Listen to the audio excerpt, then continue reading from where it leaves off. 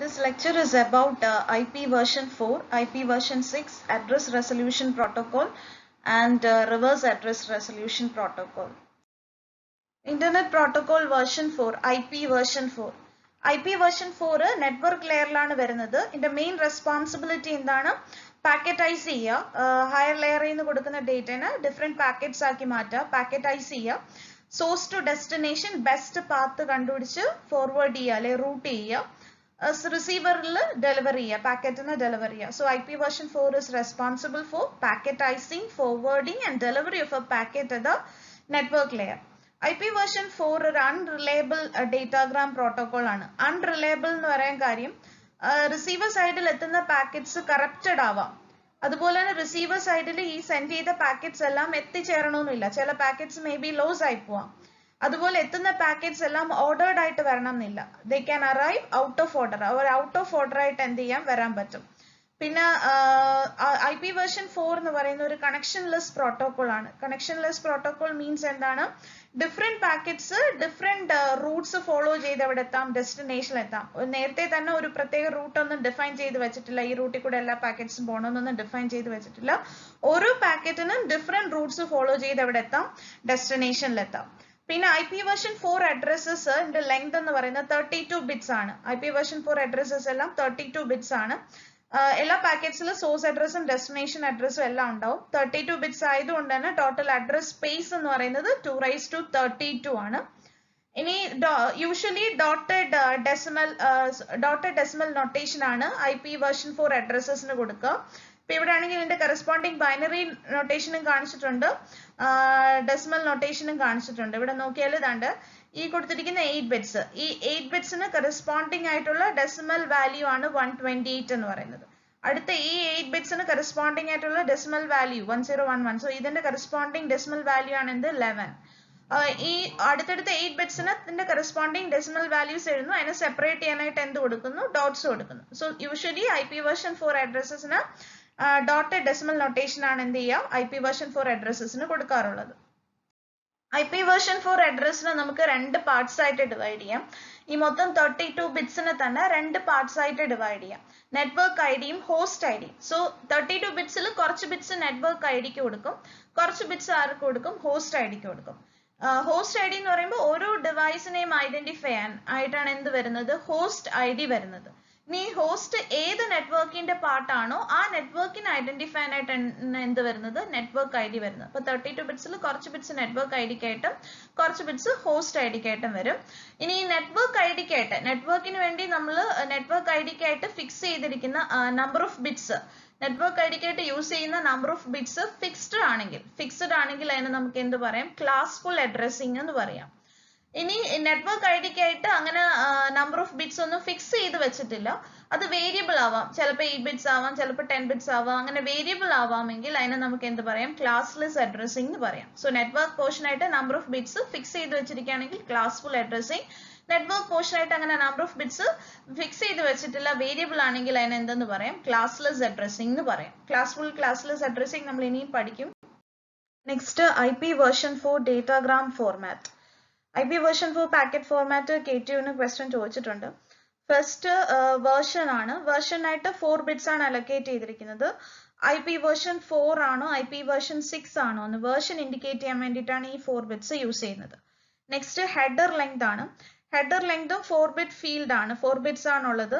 അതായത് നമ്മളുടെ പാക്കറ്റിൽ ഇത്രയും കാണിച്ചിരിക്കുന്ന എന്താണ്? ഹെഡർ ആണ്, ഹെഡർ പോർഷൻ ആണ് ഇത്രയുള്ളത്.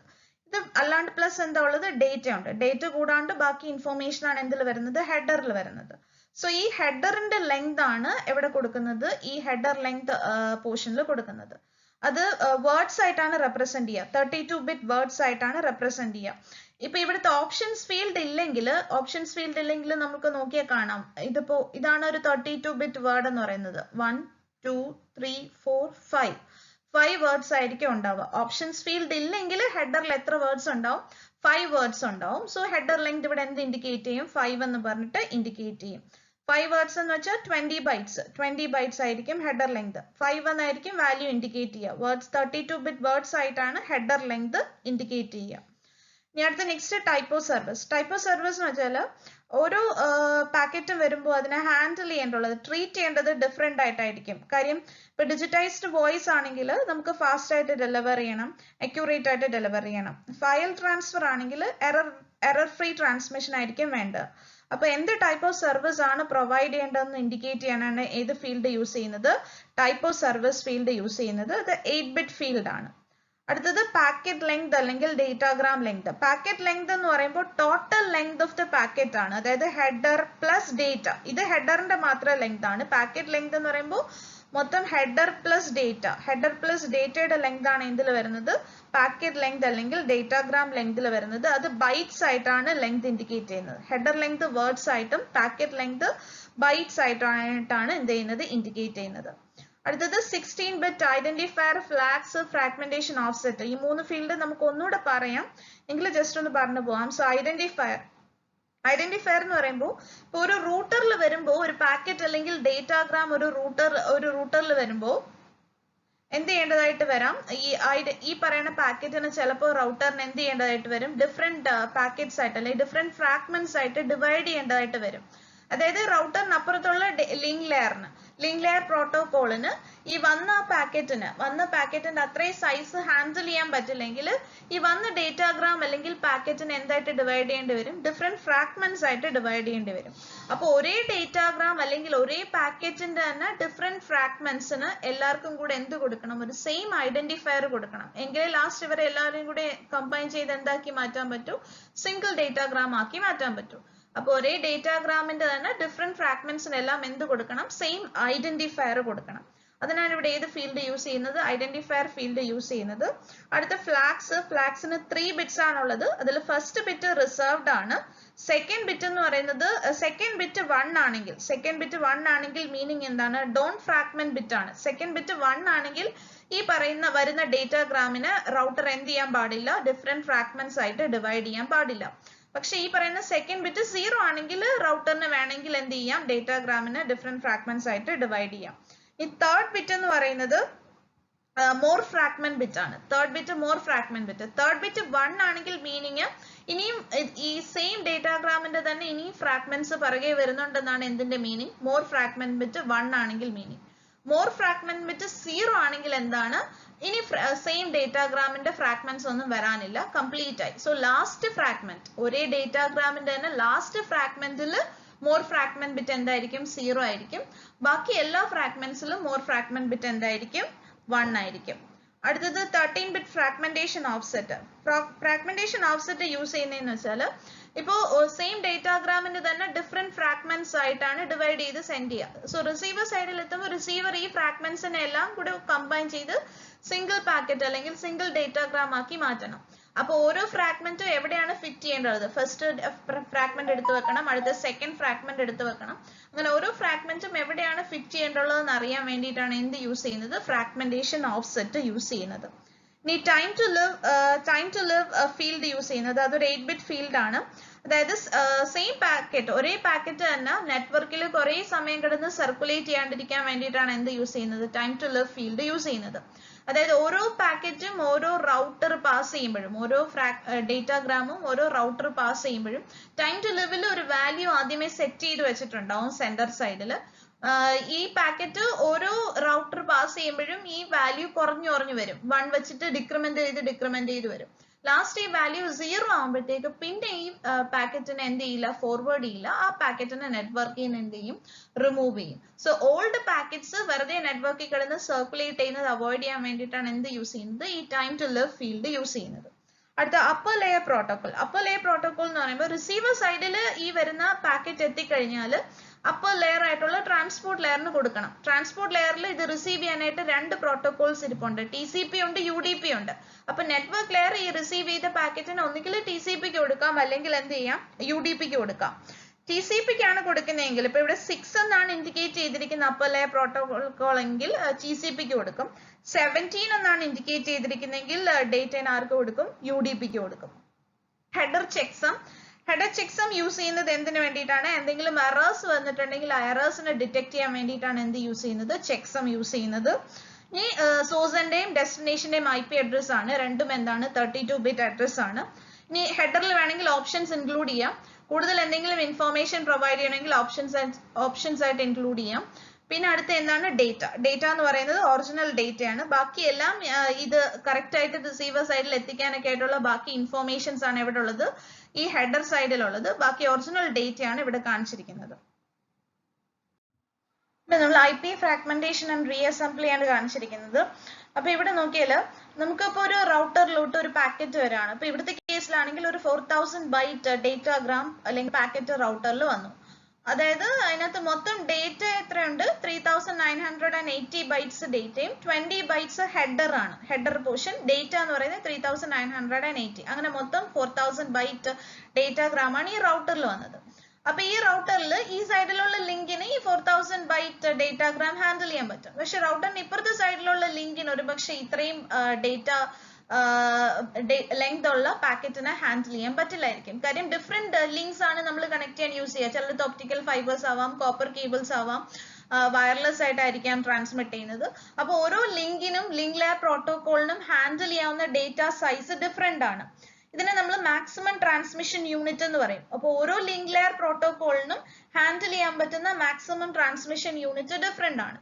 അപ്പോൾ ഇവിടുത്തെ ഈ റൗട്ടറിന്റെ ഈ സൈഡിലുള്ള ലിങ്ക് ലെയർ പ്രോട്ടോകോൾ, ലിങ്കിന്റെ കറസ്പോണ്ടിങ് ലിങ്ക് ലെയർ പ്രോട്ടോകോളിന് 4000 ബൈറ്റ്സ് ഹാൻഡിൽ ചെയ്യാൻ പറ്റും. പക്ഷേ ഇപ്പുറത്തെ സൈഡിലുള്ള ലിങ്കിന് ഒരു പക്ഷെ അത്രയും ഹാൻഡിൽ ചെയ്യാൻ പറ്റില്ല. സോ ഇവിടുത്തെ കേസിൽ റൗട്ടർ എന്ത് ചെയ്യുന്നു? ഈ 4000 ബൈറ്റ് ഡേറ്റാഗ്രാമിന്റെ തന്നെ സെയിം ഡേറ്റാഗ്രാമിന് തന്നെ ഡിഫറെന്റ് ഫ്രാഗ്മെന്റ്സ് ആയിട്ട് ഡിവൈഡ് ചെയ്യുന്നു. ഇവിടുത്തെ കേസിൽ 3 ഫ്രാഗ്മെന്റ്സ് ആയിട്ടാണ് ഡിവൈഡ് ചെയ്യുന്നത്. First fragment, second fragment, third fragment.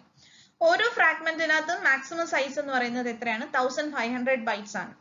അതിൽ 1480 എന്ന് പറയുന്ന ഡേറ്റയും 20 എന്ന് പറയുന്നത് ഹെഡറും. അപ്പം മെയിൻ ഡേറ്റാഗ്രാമിലുള്ള അതേ ഹെഡർ ഇതുപോലെ എവിടെയും നമുക്ക് കോപ്പി ചെയ്യേണ്ടതായിട്ട് വരും, എല്ലാ ഫ്രാഗ്മെന്റ്സിലും കോപ്പി ചെയ്യേണ്ടതായിട്ട് വരും. അപ്പൊ സെയിം പാക്കറ്റിന്റെ സെയിം ഡേറ്റാഗ്രാമിന്റെ ഡിഫറെന്റ് ഫ്രാഗ്മെന്റ്സ് ആയതുകൊണ്ട് എല്ലാത്തിന്റെയും ഐഡന്റിഫിക്കേഷൻ നമ്പർ എന്ന് പറയുന്നത് എന്തായിരിക്കണം? സെയിം ആയിരിക്കണം. ഇവിടുത്തെ എല്ലാ കേസിൽ 777 ആണ് ഐഡന്റിഫിക്കേഷൻ നമ്പർ കൊടുത്തിരിക്കുന്നത്. ഒരേ ഡേറ്റാഗ്രാമിന്റെ തന്നെ ഡിഫറെന്റ് ഫ്രാഗ്മെന്റ്സ് ആയതുകൊണ്ട് എല്ലാത്തിന്റെയും ഐഡന്റിഫിക്കേഷൻ നമ്പർ എന്താണ്? സെയിം ആണ്. കാര്യം റിസീവർ സൈഡിൽ എത്തുമ്പോൾ ഈ ഫ്രാഗ്മെന്റ്സിനെ എല്ലാം കൂടി കമ്പൈൻ ചെയ്ത് സിംഗിൾ ഡേറ്റാഗ്രാം ആക്കി മാറ്റണം. ഇനി ആദ്യത്തെ പാക്കറ്റിൽ മൊത്തം എത്ര ഡേറ്റ ഉണ്ട്? 1480. ഡേറ്റ ഹെഡറും കൂടി ചേരുമ്പോൾ 1500 ബൈറ്റ്സ്. ഓഫ്സെറ്റ് എന്ന് പറയുന്നത് 0 ആണ്. ഫസ്റ്റ് ഫ്രാഗ്മെന്റ് ആയതുകൊണ്ട് ഓഫ്സെറ്റ് എന്താണ്? 0 ആണ്. ഫ്ലാഗ് 1 ആണ്. കാര്യം ഇനിയും എന്തുണ്ട്? മോർ ഫ്രാഗ്മെന്റ്സ് താഴോട്ടുണ്ട്. സോ മോർ ഫ്രാഗ്മെന്റ് ബിറ്റ് എന്താണ്? 1 ആണ്. ഇനി സെക്കൻഡ് ഫ്രാഗ്മെന്റിലും സെയിം ഐഡന്റിഫിക്കേഷൻ നമ്പർ. ഓഫ്സെറ്റ് എന്ന് പറയുന്നത് എത്രയാണ്? 1480 ആണ്. കാര്യം ആദ്യത്തത് ഫസ്റ്റ് ഫ്രാഗ്മെന്റിൽ 0 ആണ്. അതിന്റെ മൊത്തം സൈസ് 1480 ആണ്. അപ്പൊ സെക്കൻഡ് ഫ്രാഗ്മെന്റ് ഓഫ്സെറ്റ് എന്താണ്? 1480. ഫ്ലാഗ് 1 ആണ്. കാര്യം ഇനിയും ഫ്രാഗ്മെന്റ് വരാനുണ്ട്. തേർഡ് ഫ്രാഗ്മെന്റിൽ മൊത്തം നമുക്ക് എത്രയുണ്ടായിരുന്നത്? 3980 ആണ്. Minus 1480 minus 1480. ഇനി ബാക്കി എത്ര ബൈറ്റ്സ് ഡേറ്റ ഉള്ളൂ? 1020 ബൈറ്റ്സ് ഡേറ്റ ഇനി നമ്മുടെ കയ്യിലുള്ളൂ. So same identification number. Offset എന്ന് പറയുന്നത് 1480 പ്ലസ് 1480 ചെയ്യുമ്പോൾ നമുക്ക് എന്ത് കിട്ടും? 2960 ആണ് അടുത്ത ഓഫ്സെറ്റ് ആയിട്ട് വരുന്നത്. അതായത് തേർഡ് ഫ്രാഗ്മെന്റ് ആയിട്ട് ഇൻഡിക്കേറ്റ് ചെയ്യാൻ. ഫ്ലാഗ് ഇനി എന്താണ്? 0 ആണ്. കാര്യം ഇനി ഫ്രാഗ്മെന്റ്സ് ഒന്നുമില്ല, ലാസ്റ്റ് ഫ്രാഗ്മെന്റ് ആണ്. അതുകൊണ്ട് അവിടെ എന്താണ്? ഫ്ലാഗ് 0. സോ എല്ലാത്തിനും സെയിം ഐഡന്റിഫിക്കേഷൻ നമ്പർ കൊടുക്കുന്നു. ഫ്രാഗ്മെന്റിന്റെ പൊസിഷൻ ഇൻഡിക്കേറ്റ് ചെയ്യാനായിട്ട് ഓഫ്സെറ്റ് കൊടുക്കുന്നു. ഇനി മോർ ഫ്രാഗ്മെന്റ് ഉണ്ടെങ്കിൽ ഫ്ലാഗ് എല്ലാം 1. ലാസ്റ്റ് ഫ്രാഗ്മെന്റിന്റെ ഫ്ലാഗ് എന്താണ് കൊടുക്കുക? 0 ആണ് കൊടുക്കുക. Next internet protocol version 6, IP version 6. IP version 6ന്റെ മെയിൻ ഫീച്ചേഴ്സ് എന്ന് പറയുന്നത് ലാർജർ അഡ്രസ് സ്പേസ് ആണ്. IP വേർഷൻ 4ന്റെ അഡ്രസ് ലെങ്ത് 32 ബിറ്റ്സ് ആണെങ്കിൽ IP വേർഷൻ 6ന്റെ അഡ്രസ് ലെങ്ത് എന്ന് പറഞ്ഞാൽ 128 ബിറ്റ് ആണ്. സോ 128 ബിറ്റ്സ് ആയതുകൊണ്ട് തന്നെ അഡ്രസ് സ്പേസ് എന്ന് പറയുന്നത് 2⁻128 ആണ്. 2⁻128 ആണ് അഡ്രസ് സ്പേസ്. IP വേർഷൻ 4ന് 2⁻32 ആണ്. അപ്പൊ നമ്പർ ഓഫ് അഡ്രസ്സസ് ഇവിടെ കൂടുതൽ അവൈലബിൾ ആണ് ഇവിടെ IP വേർഷൻ 6ന്റെ കേസിൽ. ഇനി അടുത്തെന്ന് പറയുന്നത് സിംപ്ലിഫിക്കേഷൻ ഓഫ് ഹെഡർ ആണ്. IP വേർഷൻ 4ൽ മൊത്തം 13 ഫീൽഡ്സ് ഉണ്ടായിരുന്നു. പക്ഷേ ഇവിടെ ആണെങ്കിൽ IP വേർഷൻ 6ൽ 7 ഫീൽഡ്സേ ഉള്ളൂ. അപ്പൊ കുറെ കൂടെ ഹെഡർ സിംപ്ലിഫൈഡ് ആണ്. അതുകൊണ്ട് തന്നെ റൗട്ടേഴ്സിന് കൂടുതൽ ഫാസ്റ്റ് ആയിട്ട് പാക്കറ്റ്സിന് എന്ത് ചെയ്യാൻ പറ്റും? പ്രോസസ് ചെയ്യാൻ പറ്റും. അടുത്ത തേർഡ് വൺ എന്ന് പറയുന്നത് ബെറ്റർ സപ്പോർട്ട് ഫോർ ഓപ്ഷൻസ്. ഓപ്ഷൻസിനെ നമുക്ക് സെപ്പറേറ്റഡ് ആയിട്ട് കൂടുതൽ ബെറ്റർ ആയിട്ട് നമുക്ക് ഇൻക്ലൂഡ് ചെയ്യാൻ പറ്റും. ഇതിൽ IP വേർഷൻ 6ൽ ഓപ്ഷൻസിന് തന്നെ സെപ്പറേറ്റ് ഹെഡറും കൊടുത്തു, ഡീറ്റെയിൽസ് എല്ലാം കൊടുത്തിട്ട് സെപ്പറേറ്റ് ഹെഡറും ഡേറ്റ ഒക്കെ ആയിട്ടാണ് ഓപ്ഷൻസിന് കൂടുതൽ ബെറ്റർ ആയിട്ട് എവിടെ ഹാൻഡിൽ ചെയ്യുന്നുണ്ട്? IP വേർഷൻ 6ൽ സപ്പോർട്ട് ചെയ്യുന്നുണ്ട്. പിന്നെ ഓട്ടോ കോൺഫിഗറേഷൻ, ഹോസ്റ്റിന് തന്നെ ഓട്ടോമാറ്റിക്കലി IP അഡ്രസ്സും ഡൊമെയിൻ നെയിമും എല്ലാം ഓട്ടോമാറ്റിക്കലി കോൺഫിഗർ ചെയ്യാൻ പറ്റും. പിന്നെ ഒതന്റിക്കേഷനും പ്രൈവസിയും എല്ലാം IP വേർഷൻ 6ന്റെ കീ ഫീച്ചേഴ്സ് ആണ്. ഇനി ഇവിടെ കാണിച്ചിരിക്കുന്നത് IP വേർഷൻ 6ന്റെ അഡ്രസ്സ് അതുപോലെ മൊത്തം 128 ബിറ്റ്സ് ആണെന്ന് പറഞ്ഞു. ഹെക്സാഡെസിമൽ നൊട്ടേഷൻ ആണ് വരുന്നത്. IP വേർഷൻ 4ലാണെങ്കിൽ ഡെസിമൽ ഡോട്ടഡ് ഡെസിമൽ നൊട്ടേഷൻ ആയിരുന്നു. ഇവിടെ പക്ഷെ വരുന്നത് ഏതാണ്? ഹെക്സാഡെസിമൽ കോളൻ നൊട്ടേഷൻ ആണ്. കാര്യം ഇവിടെ നോക്കിയാൽ ഇപ്പൊ 0AE4 ഇതെന്ന് പറയുന്നത് ഏതാണ്? ഹെക്സാഡെസിമൽ നൊട്ടേഷൻ ആണ്. ഇവിടെ 0 എന്ന് പറയുന്നത് 0004 ബിറ്റ്സ് ആണ്. എക്ക് കറസ്പോണ്ടിങ് ആയിട്ട് 4 ബിറ്റ്സ് ആണ് ബൈനറിയിൽ വരുമ്പോൾ 1010. എന്നിട്ട് ഓരോ ഇതിനെ സെപ്പറേറ്റ് ചെയ്യാനായിട്ട് നേരത്തെ ആണെങ്കിൽ ഡെസിമൽ നൊട്ടേഷനിൽ ഡോട്ട്സ് ആണ് യൂസ് ചെയ്തിരുന്നതെങ്കിൽ ഇവിടെ ഹെക്സാഡെസിമൽ നൊട്ടേഷൻ നമ്മൾ കോളൻ ആണ് യൂസ് ചെയ്യുന്നത്. സോ ഹെക്സാഡെസിമൽ കോളൻ നൊട്ടേഷൻ ആണ് എന്തിനു വേണ്ടി യൂസ് ചെയ്യുന്നത്? IP വേർഷൻ 6ന്റെ അഡ്രസ്സിന് വേണ്ടിയിട്ട് യൂസ് ചെയ്യുന്നത്. മൊത്തം എത്ര ബിറ്റ്സ് ഉണ്ടാവും? 128 ബിറ്റ്സ് ഉണ്ടാവും. So IP version 6 datagram format or IP version 6 packet format ഇതും KTUന് ചോദിച്ചിട്ടുണ്ട്. സോ ഇവിടെ നോക്കിയാൽ വേർഷൻ ആദ്യത്തെ വേർഷൻ ബിറ്റ് യൂസ് ചെയ്യുന്നത് ഇപ്പൊ ഇവിടുത്തെ വാല്യൂ 6 ആയിരിക്കും. IP വേർഷൻ 6 ആയതുകൊണ്ട് വേർഷൻ ബിറ്റ് 6 ആയിരിക്കും. ഇനി ട്രാഫിക് ക്ലാസ് എന്ന് പറയുന്നത് ചിലപ്പോൾ ചില പെർട്ടിക്കുലർ ആപ്ലിക്കേഷൻസിന് വരുന്ന പാക്കറ്റ്സ് അല്ലെ ഡേറ്റാഗ്രാംസിനെല്ലാം സ്പെഷ്യലി ഹാൻഡിൽ ചെയ്യേണ്ടതായിട്ട് വരും. സോ സ്പെഷ്യൽ ട്രീറ്റ്മെന്റ് ആയിട്ട് കൊടുക്കേണ്ടതായിട്ട് വരും. സോ അങ്ങനെയുള്ളതിനെ ഇൻഡിക്കേറ്റ് ചെയ്യാനായിട്ട് എന്താണ് പ്രയോറിറ്റൈസ് ചെയ്യേണ്ടതെന്ന് ഇൻഡിക്കേറ്റ് ചെയ്യാനായിട്ടാണ് ട്രാഫിക് ക്ലാസ് യൂസ് ചെയ്യുന്നത്. ആ ഫ്ലോ ഓഫ് പാക്കറ്റ്സ് അതായത് സ്പെഷ്യലി ഹാൻഡിൽ ചെയ്യേണ്ടുള്ള പ്രയോറിറ്റൈസ് ചെയ്യാനുള്ള ഫ്ലോ ഓഫ് പാക്കറ്റ്സിന് എന്ത് കൊടുക്കും? ഒരു ഫ്ലോ ലേബിൾ കൊടുക്കും. അതാണ് ഫ്ലോ ലേബിൾ ഫീൽഡ് എന്ന് പറയുന്നത്. പേലോഡ് ലെങ്ത് എന്ന് പറഞ്ഞാൽ ഹെഡർ അല്ല, ഒറിജിനൽ ഡേറ്റയ്ക്ക് മാത്രമായിട്ടുള്ള ലെങ്ത് ആണ്.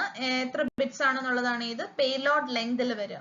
ഇനി നെക്സ്റ്റ് ഹെഡർ ഫീൽഡ് എന്ന് പറഞ്ഞാൽ IP വേർഷൻ 6ൽ ഇപ്പൊ അഡീഷണൽ ഇൻഫോർമേഷൻ എല്ലാം കൊടുക്കണമെങ്കിൽ ഒറിജിനൽ ഹെഡറിലുള്ള ഇൻഫോർമേഷന് പുറമെ അഡീഷണൽ ഇൻഫോർമേഷൻ കൊടുക്കണമെങ്കിൽ അതൊക്കെ എക്സ്റ്റൻഷൻ ഹെഡേഴ്സ് ആയിട്ടാണ് പ്ലേസ് ചെയ്യുക. അപ്പോൾ ഒറിജിനൽ ഹെഡർ ഉണ്ട്, ഡേറ്റ ഉണ്ട്. ഈ അഡീഷണൽ ഇൻഫോർമേഷൻ എല്ലാം എങ്ങനെ പ്ലേസ് ചെയ്യും? എക്സ്റ്റൻഷൻ ഹെഡേഴ്സ് ആയിട്ട് പ്ലേസ് ചെയ്യും. സപ്പോസ് നമുക്ക് ഒറിജിനൽ ഹെഡർ ഉണ്ട്, രണ്ട് എക്സ്റ്റൻഷൻ ഹെഡേഴ്സ് കൂടെ പ്ലേസ് ചെയ്തു എന്ന് വിചാരിക്കുക. എക്സ്ട്രാ ഇൻഫോർമേഷന് വേണ്ടിയിട്ട് രണ്ട് എക്സ്റ്റൻഷൻ ഹെഡേഴ്സ് പ്ലേസ് ചെയ്തു. പിന്നെ എന്തും കൂടെ പ്ലേസ് ചെയ്തു? ഡേറ്റ കൂടെ പ്ലേസ് ചെയ്തു. അപ്പൊ എന്ത് പറ്റും? ഒറിജിനൽ ഹെഡറിലുള്ള നെക്സ്റ്റ് ഹെഡർ ഫീൽഡിൽ എന്തായിരിക്കും ഉണ്ടാവുക? അതിനെ ഫോളോ ചെയ്ത് വരുന്ന ഫസ്റ്റ് എക്സ്റ്റൻഷൻ ഹെഡർ അതിന്റെ വാല്യൂ ആയിരിക്കും ഈ ഒറിജിനൽ ഹെഡറിലുള്ള നെക്സ്റ്റ് ഹെഡർ ഫീൽഡിൽ ഉണ്ടാവുക. ഇതിനെ ഫോളോ ചെയ്ത് വരുന്ന നെക്സ്റ്റ് എക്സ്റ്റൻഷൻ ഹെഡർ എന്താണോ അതിന്റെ വാല്യൂ. ഇനി അടുത്ത ഫസ്റ്റ് എക്സ്റ്റൻഷൻ ഹെഡറിനെ ഫോളോ ചെയ്ത് ആര് വരുന്നുണ്ട്? സെക്കൻഡ് എക്സ്റ്റൻഷൻ ഹെഡർ വരുന്നുണ്ട്. അപ്പൊ അതിന്റെ കറസ്പോണ്ടിങ് വാല്യൂ ആയിരിക്കും എന്തിൽ വരിക? ഫസ്റ്റ് എക്സ്റ്റൻഷൻ ഹെഡറിൽ വരിക. ഇനി നമ്മൾ ഈ പറഞ്ഞ എക്സാമ്പിളിൽ സെക്കൻഡ് എക്സ്റ്റൻഷൻ ഹെഡർ കഴിഞ്ഞ് പിന്നെ ഡേറ്റയാ വരിക. അപ്പോ സെക്കൻഡ് എക്സ്റ്റൻഷൻ ഹെഡറിന്റെ നെക്സ്റ്റ് ഹെഡർ ഫീൽഡിൽ ആരെ പ്ലേസ് ചെയ്യും? ഈ ഡേറ്റ റിസീവർ സൈഡിൽ എത്തുമ്പോൾ TCPക്കാണോ UDPക്കാണോ കൊടുക്കേണ്ടത്? അപ്പൊ TCPക്കാണ് കൊടുക്കേണ്ടതെങ്കിൽ TCPയുടെ കറസ്പോണ്ടിങ് വാല്യൂ, UDPക്കാണ് കൊടുക്കേണ്ടതെങ്കിൽ UDPയുടെ കറസ്പോണ്ടിങ് വാല്യൂ അതായിരിക്കും ഉണ്ടാവുക. അപ്പൊ ഈ പറഞ്ഞ എക്സാമ്പിളിൽ ഒറിജിനൽ ഹെഡർ ഉണ്ട്, രണ്ട് എക്സ്റ്റൻഷൻ ഹെഡേഴ്സ് ഉണ്ട്, പിന്നെ ഉള്ളത് ഡേറ്റ ഉണ്ട്. അപ്പം ആദ്യത്തെ ഒറിജിനൽ ഹെഡറിൽ എന്താ ഉണ്ടാവുക? ഫസ്റ്റ് എക്സ്റ്റൻഷൻ ഹെഡറിന്റെ വാല്യൂ. ഫസ്റ്റ് എക്സ്റ്റൻഷൻ ഹെഡറിൽ എന്താ ഉണ്ടാവുക? സെക്കൻഡ് എക്സ്റ്റൻഷൻ ഹെഡറിന്റെ വാല്യൂ. സെക്കൻഡ് എക്സ്റ്റൻഷൻ ഹെഡറിൽ ഫോളോ ചെയ്ത് വരുന്നത് ഡേറ്റ ഉണ്ട്, TCPയുടെ ആണോ UDPയുടെ ആണോ ആ വാല്യൂ ഉണ്ടാവും. ഇനി അടുത്ത് ഹോപ്പ് ലിമിറ്റ് എന്ന് പറയുന്നത് നമ്മളുടെ TTL വാല്യൂ തന്നെ, അതായത് ടൈം ടു ലിവ്. അതായത് ഓൾഡ് പാക്കറ്റ്സിന് വീണ്ടും നെറ്റ്വർക്കിൽ കുറെ സർക്കുലേറ്റ് ചെയ്യുന്നത് അവോയ്ഡ് ചെയ്യാൻ വേണ്ടിയിട്ടാണ് എന്ത് യൂസ് ചെയ്യുന്നത്? ഹോപ്പ് ലിമിറ്റ് യൂസ് ചെയ്യുന്നത്. സെൻഡർ സൈഡിൽ നിന്ന് സെൻഡ് ചെയ്യുമ്പോൾ ഡേറ്റാഗ്രാമിൽ ഹോപ്പ് ലിമിറ്റിൽ ഒരു വാല്യൂ സെറ്റ് ചെയ്ത് വെക്കും. ഓരോ റൗട്ടർ പാസ് ചെയ്യുമ്പോഴും ഈ വാല്യൂ കുറഞ്ഞു വരും. ഹോപ്പ് ലിമിറ്റിന്റെ വാല്യൂ 0 ആയി കഴിഞ്ഞാൽ പിന്നെ ഡേറ്റാഗ്രാം ഫോർവേഡ് ചെയ്യില്ല, അതിനെ നെറ്റ്വർക്കിൽ നിന്ന് റിമൂവ് ചെയ്യും. സോ ഓൾഡ് പാക്കറ്റ്സിനെ റിമൂവ് ചെയ്യാനാണ് ഹോപ്പ് ലിമിറ്റ് യൂസ് ചെയ്യുന്നത്. പിന്നെ ഉള്ളത് സോഴ്സ് അഡ്രസ്, ഡെസ്റ്റിനേഷൻ അഡ്രസ്. ഇത് രണ്ടും 128 ബിറ്റ് അഡ്രസ് ആണ്. അതുകൊണ്ടാണ് ഇവിടെ നോക്കിക്കേ 1 2 3 4 4 വേർഡ്സ് ആണ് കൊടുത്തിരിക്കുന്നത്. 32 × 4 128 ബിറ്റ്സ്. അപ്പൊ 128 ബിറ്റ് അഡ്രസ് ആണ് ഇതെന്ന് പറഞ്ഞാൽ സോഴ്സ് അഡ്രസ്സും ഡെസ്റ്റിനേഷൻ അഡ്രസ്സും. പിന്നെ എക്സ്റ്റൻഷൻ ഹെഡേഴ്സ് ഉണ്ടെങ്കിൽ അത് കഴിഞ്ഞ് ആര് വരും? ഒറിജിനൽ ഡേറ്റ വരും. നെക്സ്റ്റ് അഡ്രസ് റെസൊല്യൂഷൻ പ്രോട്ടോകോൾ ARP-ന്റെ ഫംഗ്ഷൻ എന്ന് പറഞ്ഞാൽ ഇപ്പൊ നമുക്ക് ഒരു പാക്കറ്റിനെ നമുക്ക് കറക്റ്റ് ആയിട്ട് റിസീവർ സൈഡിൽ എത്തിക്കണമെങ്കിൽ അതിന്റെ അഡ്രസ് മാത്രം പോരാ, ഡെസ്റ്റിനേഷന്റെ IP അഡ്രസ് മാത്രം പോരാ. ഡെസ്റ്റിനേഷന്റെ IP അഡ്രസ്സിന്റെ കൂടെ എന്തും കൂടി വേണ്ടി വരും? അതിന്റെ ഹാർഡ്വെയർ അഡ്രസ് അല്ലെങ്കിൽ ലിങ്ക് ലെയർ അഡ്രസ്സും കൂടെ വേണ്ടി വരും. ഇതെല്ലാം പേരുകളെല്ലാം സെയിം തന്നെയാണ്. അതായത് network layer address, internet address, IP address, logical address എന്നൊക്കെ പറഞ്ഞാൽ ഒരേ കാര്യം തന്നെയാണ്. ഇനി അടുത്തത് link layer address, LAN address, MAC address, physical address or hardware address. അതെല്ലാം ഒന്ന് തന്നെയാണ്. ഡിഫറെന്റ് നെയിംസ് എന്നുള്ള ഇതെല്ലാം ഒന്ന് തന്നെയാണ്. ലിങ്ക് ലെയർ അഡ്രസ് എന്ന് പറഞ്ഞാൽ LAN address, MAC address, physical address or hardware address. ഇപ്പൊ ഇവിടെ നമ്മൾ നോക്കിയാൽ ഇവിടെ IP അഡ്രസ്സും കൊടുത്തിട്ടുണ്ട്, ഈ ലിങ്ക് ലെയർ അഡ്രസ് അല്ലെങ്കിൽ ഫിസിക്കൽ ഹാർഡ്വെയർ അഡ്രസ്സും കൊടുത്തിട്ടുണ്ട്. അപ്പൊ ഈ രണ്ട് അഡ്രസ്സും ഉണ്ടെങ്കിൽ മാത്രമേ നമുക്ക് കറക്റ്റ് ആയിട്ട് ഡെസ്റ്റിനേഷനിൽ എത്തിക്കാൻ പറ്റുള്ളൂ, പാക്കറ്റ്സിനെ എത്തിക്കാൻ പറ്റുള്ളൂ. അപ്പോ IP അഡ്രസ് ഉണ്ടെങ്കിൽ അതിന്ന് കറസ്പോണ്ടിങ് ആയിട്ട് എന്ത് കണ്ടുപിടിക്കുന്നത്, ലിങ്ക് ലെയർ അഡ്രസ് കണ്ടുപിടിച്ചു കൊടുക്കുന്നത് ആരുടെ ഫംഗ്ഷൻ ആണ്, അഡ്രസ് റെസൊല്യൂഷൻ പ്രോട്ടോകോൾ അല്ലെങ്കിൽ ARPയുടെ ഫംഗ്ഷൻ ആണ്. സോ ARP എന്ത് ചെയ്യും, നമുക്ക് IP അഡ്രസ് ഉണ്ടെങ്കിൽ ആ IP അഡ്രസ്സിന് എന്തിനെ ഫൈൻഡ് ഔട്ട് ചെയ്ത് തരും, ലിങ്ക് ലെയർ അഡ്രസ് അല്ലെങ്കിൽ ഹാർഡ്വെയർ അഡ്രസ്സിനെ ഫൈൻഡ് ഔട്ട് ചെയ്ത് തരും. അതാണ് ആരുടെ മെയിൻ ജോബ് എന്ന് പറയുന്നത്, അഡ്രസ് റെസൊല്യൂഷൻ പ്രോട്ടോകോളിന്റെ ഫംഗ്ഷൻ. സോ ഇതിനായിട്ട് എല്ലാ നോഡിനും എന്തുണ്ടാവും, ഒരു ARP മൊഡ്യൂൾ ഉണ്ടാവും. ARP മൊഡ്യൂളിൽ ഇതുപോലെ ഒരു ARP ടേബിൾ കാണും. സോ ഓരോ IP അഡ്രസ്സും അതിന്റെ കറസ്പോണ്ടിങ് ലാൻ അഡ്രസ് അല്ലെങ്കിൽ ഫിസിക്കൽ അഡ്രസ്സും ഇൻഡിക്കേറ്റ് ചെയ്തിട്ടുണ്ടാവും. അപ്പം IP അഡ്രസ് കിട്ടുകയാണെങ്കിൽ ഈ ARP ടേബിളിൽ നിന്ന് എന്തിനെ എടുക്കാൻ പറ്റും, നമുക്ക് അതിന്റെ കറസ്പോണ്ടിങ് ലാൻ അഡ്രസ് എടുക്കാൻ പറ്റും. പിന്നെ TTL ഫീൽഡ് വെച്ചിട്ടുണ്ട്, അതായത് ഇത് 0 ആയി കഴിയുമ്പോഴത്തേക്ക് പിന്നെ ഓരോ അഡ്രസ്സിനെ ഒന്നുകൂടെ അപ്ഡേറ്റ് ചെയ്യും. അഥവാ എന്തെങ്കിലും ചേഞ്ചസ് വന്നിട്ടുണ്ടോ എന്ന്, എന്തെങ്കിലും ചേഞ്ചസ് എന്തെങ്കിലും വരുവാണെങ്കിൽ അത് അപ്ഡേറ്റ് ചെയ്യാൻ, ചേഞ്ചസ് എന്തെങ്കിലും വരുവാണെങ്കിൽ അത് അപ്ഡേറ്റ് ചെയ്യാൻ വേണ്ടിയിട്ടാണ് എന്ത് യൂസ് ചെയ്തിരിക്കുന്നത്, TTL ഫീൽഡ് യൂസ് ചെയ്തിരിക്കുന്നത്. അപ്പൊ ഒരു നോഡിന് ഒരു പാക്കറ്റ് അല്ലെങ്കിൽ IP ഡേറ്റാഗ്രാം വേറൊരു നോഡിലോട്ട് സെൻഡ് ചെയ്യണമെങ്കിൽ അതിന്റെ കയ്യിൽ എന്തുണ്ട്, ഇപ്പം IP അഡ്രസ് ഉണ്ട്. സോ എന്തും കൂടെ കണ്ടുപിടിക്കണം, ലിങ്ക് ലെയർ അഡ്രസ്സും കൂടെ കണ്ടുപിടിക്കണം. അതിനുവേണ്ടി ഫസ്റ്റ് അത് എന്തിൽ ചെക്ക് ചെയ്യും, ARP ടേബിളിൽ ചെക്ക് ചെയ്യും. ARP ടേബിളിൽ ഈ IP അഡ്രസ്സിന്റെ കറസ്പോണ്ടിങ് ലിങ്ക് ലെയർ അഡ്രസ് ഉണ്ടോ എന്ന് ചെക്ക് ചെയ്യും. ഉണ്ടെങ്കിൽ അത് എടുക്കും. അല്ല മാപ്പിംഗ് ഒന്നും കണ്ടില്ല എങ്കിൽ സെൻഡിങ് നോഡ് എന്ത് ചെയ്യും, ഒരു സ്പെഷ്യൽ ARP പാക്കറ്റിന് കൺസ്ട്രക്ട് ചെയ്യും. ആ സ്പെഷ്യൽ ARP പാക്കറ്റിന് എന്ത് പറയും, ARP ക്വറി പാക്കറ്റ് എന്ന് പറയും. ഈ ARP ക്വറി പാക്കറ്റ് ബ്രോഡ്കാസ്റ്റ് ചെയ്യുക. ബ്രോഡ്കാസ്റ്റ് ചെയ്യുക മീൻസ് എല്ലാവർക്കും സെൻഡ് ചെയ്യും. അപ്പോൾ എല്ലാ നോട്ട്സിനും എന്ത് കിട്ടും, ഈ ARP ക്വറി പാക്കറ്റ് കിട്ടും. അതിനകത്ത് ഈ IP അഡ്രസ് ഉണ്ടാവും, അതിന്റെ കറസ്പോണ്ടിങ് ഫിസിക്കൽ അഡ്രസ് ആണ് വേണ്ടത്. അപ്പൊ എല്ലാ നോഡും ചെക്ക് ചെയ്യും ഈ IP അഡ്രസ് അവരുടെ IP അഡ്രസ് ആണോ എന്ന് എല്ലാ നോഡും ചെക്ക് ചെയ്യും. അല്ലാത്തവരെല്ലാം ആ പാക്കറ്റിനെ ഡിസ്കാർഡ് ചെയ്യും.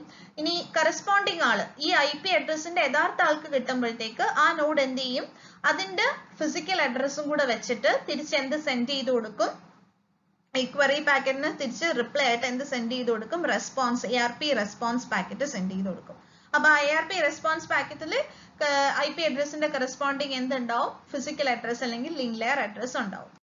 അടുത്തത് ARP പാക്കറ്റ് ഫോർമാറ്റ് ആണ്. അതിൽ ഹാർഡ്വെയർ ടൈപ്പ് ഫീൽഡ്, അതായത് ഏത് ഫിസിക്കൽ നെറ്റ്വർക്ക് ആണെന്ന്, ഏത് ടൈപ്പ് ഓഫ് ഫിസിക്കൽ നെറ്റ്വർക്ക് ആണെന്ന് ഇൻഡിക്കേറ്റ് ചെയ്യാൻ വേണ്ടിയിട്ടാണ് ഹാർഡ്വെയർ ടൈപ്പ് ഫീൽഡ് യൂസ് ചെയ്യുന്നത്. ഇപ്പൊ ഇന്റർനെറ്റ് ആണെങ്കിൽ അതിന്റെ കറസ്പോണ്ടിങ് വാല്യൂ.